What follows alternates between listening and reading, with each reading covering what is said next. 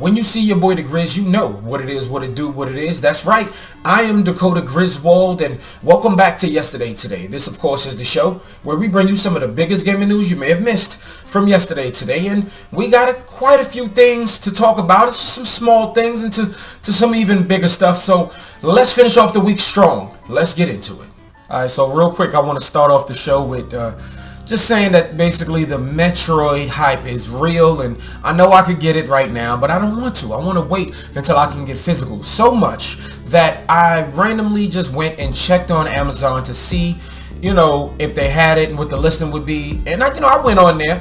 I checked Amazon and it said it would get here at February 13th. February 13th. Now the direct said February 22nd. I hit the pre-order button so quick, and then I checked it later. And unfortunately, it says February 22nd now. But I got the screenshot right there for you. That's very unfortunate. But hey, it's just a few more days. I can handle it. I'm glad everybody else is enjoying it. But when my time comes, baby, woo, baby, I can't wait. So before we move on from Metroid, I wanna have a little discussion about something, right? So Nintendo has launched a Metroid portal.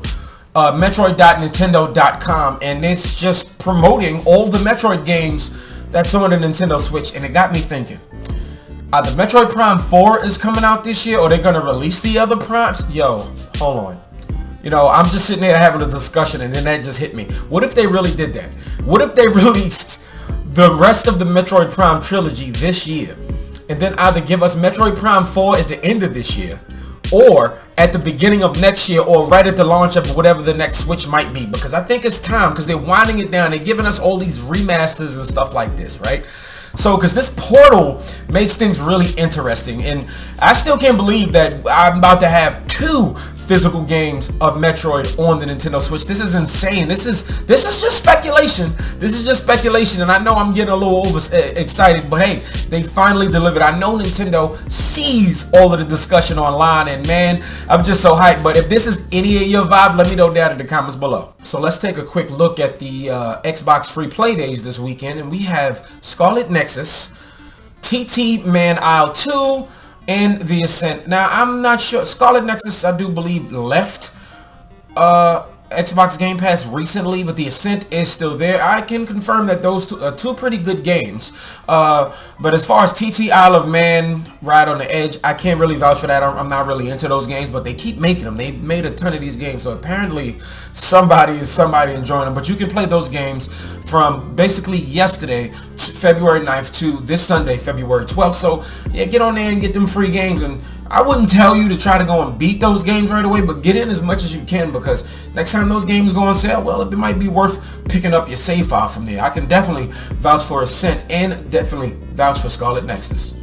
So Sony was pretty busy yesterday, as it's made its biggest week in sales since its launch in Japan, which is really great. And then they also had some PlayStation indies, and they released it every 15 minutes, and then they also showed us a Hogwarts Legacy controller.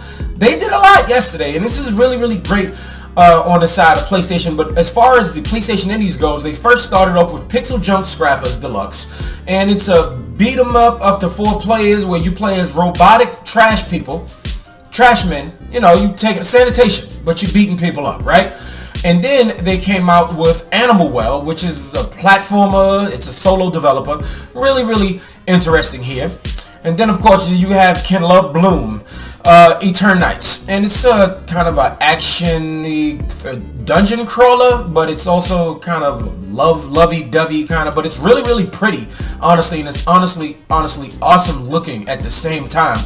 Then you have Pacific Drive. We've seen this recently, I do believe, at the PlayStation Showcase or anything else, something like that. This is interesting, where you just basically, it's post-apocalyptic. You get in your car, you got to build up your car and go out there and scrap for some, survival, that kind of thing. But you're running from something. It seems like some type of little robotic balls, and you find cars and stuff, like old cars. You just strip them for parts and put them on your car. And it's interesting, but I'm not even sure about it. I'm really interested in seeing more about it. Maybe watch a Let's Play through that, because it's really, really interesting. And yeah, so that was really interesting. But the controller now.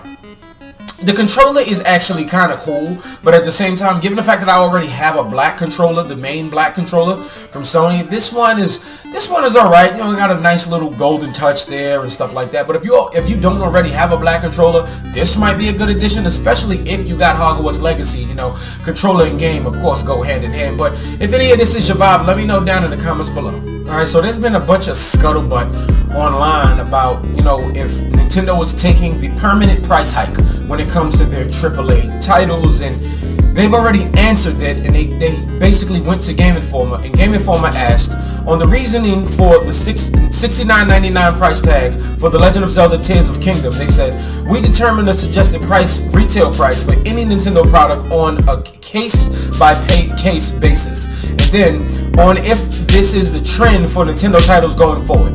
No. We determine the suggested retail price for any Nintendo product on a case-by-case basis. So basically what they're saying is, I think they're going to just go from like 40 all the way up to 70. I mean, like, let's just be real here. If Zelda was $80 to $90, y'all was still buying. And people complain about Nintendo's price tags and quality this and quality that sometimes, and if this is bugs, and then y'all still go out there and buy it. Y'all complained about Pokemon Scarlet and Violet, and y'all still went out there and bought it. Y'all gonna buy it. But at the same time, I understand and respect y'all curiosity.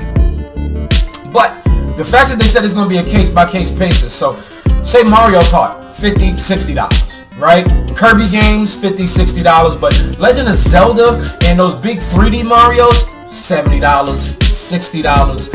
In Splatoon, maybe $70. This last Splatoon wasn't $70, it was $60, but yeah, I think it's going to be back and forth, and I like that idea, as it being a case-by-case basis, because Metroid Prime, as much as I do love it and I'm excited that it's finally out, if Metroid Prime Remastered came out and it was $70, alright, I'd still buy it, but I would understand why there would be so much issue there. But let me know what you think about all this down in the comments below, if any of this is your vibe, baby.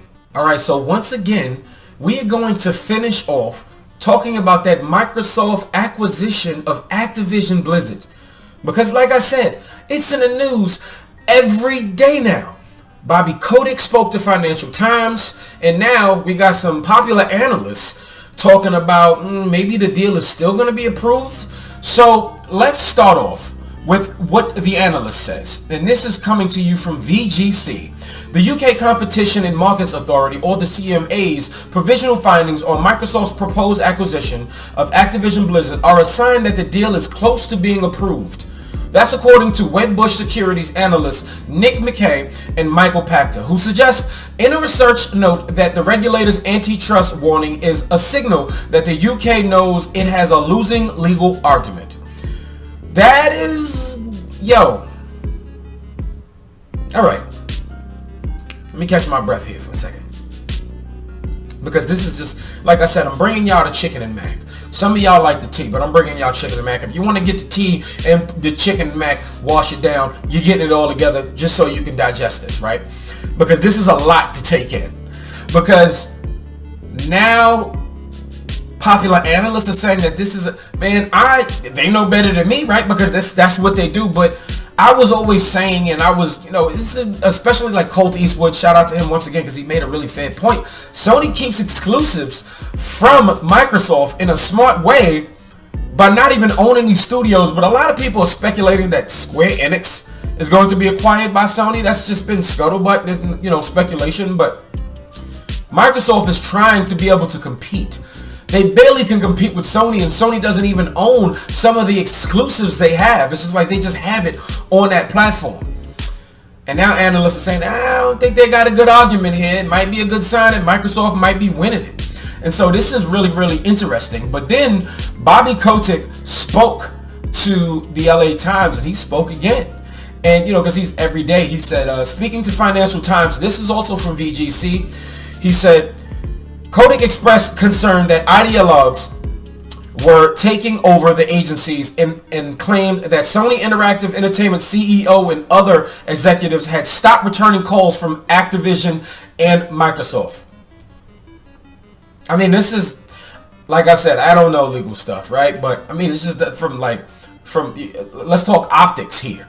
from outside, it's just like, yo, what is Sony doing? They're like, yo, nah, we gonna stop them. We gonna slow it down. This is kind of what I said from when it kind of been started, and it seemed like Sony and all of the people on Sony's side, it seemed like it's a bunch of nonsense. Like I know I watch a lot of wrestling, and there's been like some type of controversies in sports. Like, but what if Sony paid that group of gamers? I'm not accusing them of anything, but it'd be random. It's like they accused, they got these groups of gamers to try to sue to stop from this acquisition, and then Microsoft publicly is just like, we're not taking it from everybody. So it's like, I'm telling you, they're gonna do it. They're gonna do it. Microsoft's, no, we're not. Here's a contract for you. Here's a contract for Nintendo. Here's a contract for Steam. We want to make money. We want to be able to compete. That's all they're trying to do. This is what they've been making clear. But Sony knows this is a huge threat. Sony has mad IP, right? Sony has mad IP, and people, especially in Japan, companies tend to just go straight to Sony or Nintendo, but mostly Sony if it's more on the power side first. Microsoft is just trying to compete with that. Sony's winning all over the world. Microsoft is in third place pretty much everywhere. This is kind of obvious, you know what I'm saying? And biased or not, like, look, I play my PS5 most. Last gen, and maybe more around the 360 era, I was an Xbox guy. But I go where it's most fun to play my games. And right now, that DualSense controller, second to none. Maybe second to the DualSense Edge once I get my hands on it. But that Xbox Series X is my Game Pass machine, and occasionally I do get some physical games on there. I would love to see my Game Pass library blow up crazy. I would love to see that PlayStation Plus extra tier blow up like crazy. Competition is healthy, and I want this to, you know, go through so we can get Call of Duty on Game Pass. I don't want to spend money on Call of Duty every year anymore, okay? And with this, I know these Game Pass, these Xbox people, we sound so entitled. Sure, Xbox is making us feel that way. They're trying to help.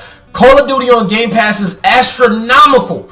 What? Y'all still gonna have it on PlayStation? But what y'all gonna do? Y'all gonna buy Xbox? No? Then why you complaining? Continue to play it on your PS5. You want to play it on Nintendo? Play it on Nintendo. Or you can just beat PC Master Race and play it on your PC. But I don't know though, man. If this is any of your vibe, let me know down in the comments below. Alright, y'all. So thank y'all for listening to my little rant. Because I know I'm starting to sound like an Xbox fanboy. It's all good. I hear y'all. I hear what y'all saying, and I hear y'all points and everything. But at the same time, I just don't want any of these three companies doing bad, because competition is healthy. Nintendo always finds a way to stretch their generations out. Sony is just always on top all the time. Xbox, well, let them get up there. I would like a flip-flop in the generations. I just don't want to see any of these go away. 3 consoles up in the crib. I love it here. Thank y'all so much for watching, man. And just, what do you think about all of this news? Let me know if it's anything you can vibe with. But listen, man, it is the weekend. I am very, very excited. I'm going to finish off this last day of work for the week, so I can come home and I can game all weekend long, baby. Thank y'all so much for watching. Wait a minute. If you are new here, hit that red subscribe button and hit that notification bell, and make sure you turn all on notifications so you know when your boy is posting. Hey, I post Monday to Friday, 9 a.m. just to help you start the workday. And go ahead and hit that like button. And if you didn't like anything you heard, go ahead, hit me up in the comments. Let's have a healthy dialogue. Last time I'm going to say it, thank y'all so much for watching, and this video is finito.